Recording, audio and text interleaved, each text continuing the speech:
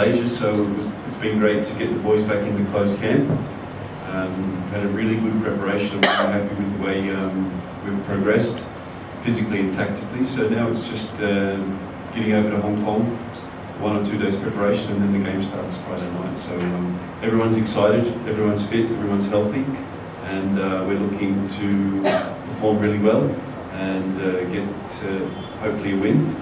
But most important is a really strong performance and take those learnings into the game against Laos. I know it's a cliche, but you take one game at a time. So we have done our analysis of Hong Kong.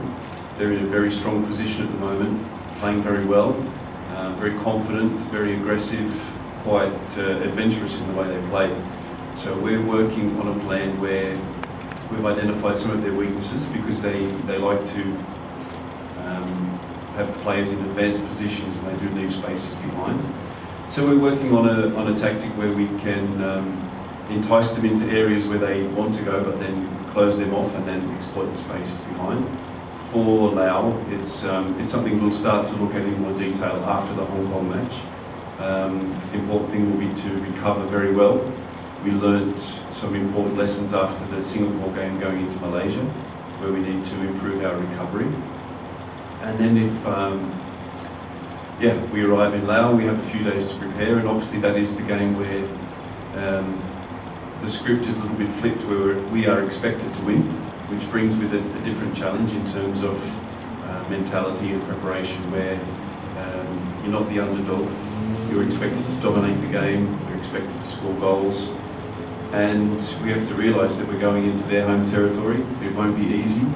They will sit deep, they'll probably play with a back five, and we'll have to be patient, we'll have to work hard to break them down and earn the right to dominate the game and enforce our game plan and hopefully win the match. I think this squad is one of the most competitive Nepali squads I've seen in recent years.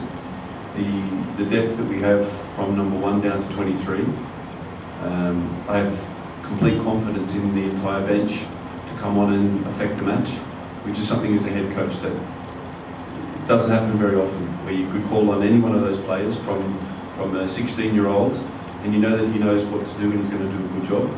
And I don't really see us in transition. I see a very strong core of senior players and a very exciting group of younger players that are really hungry to do well, really hungry to learn, and a lot of players are desperate to make the starting 11. So we've had meetings with a lot of the players to say, don't be satisfied to be in the 23.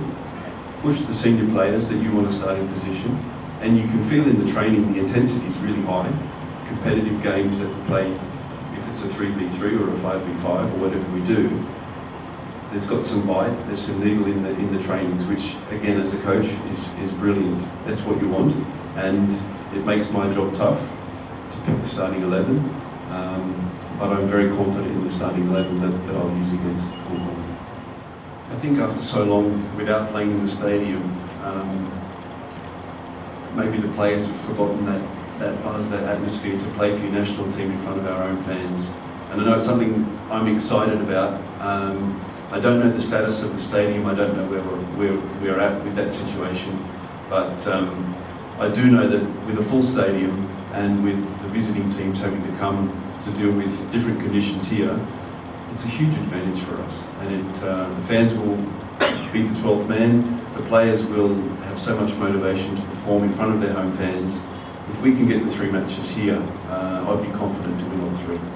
I think we can create an absolute fortress with 15,000, 16,000 sell out and a few thousand outside waiting to get in. It'll be a brilliant atmosphere, it'll be intimidating for the 3 countries that come, and again, I'm fully confident that we could bring Malaysia here and we can knock them over and Vietnam and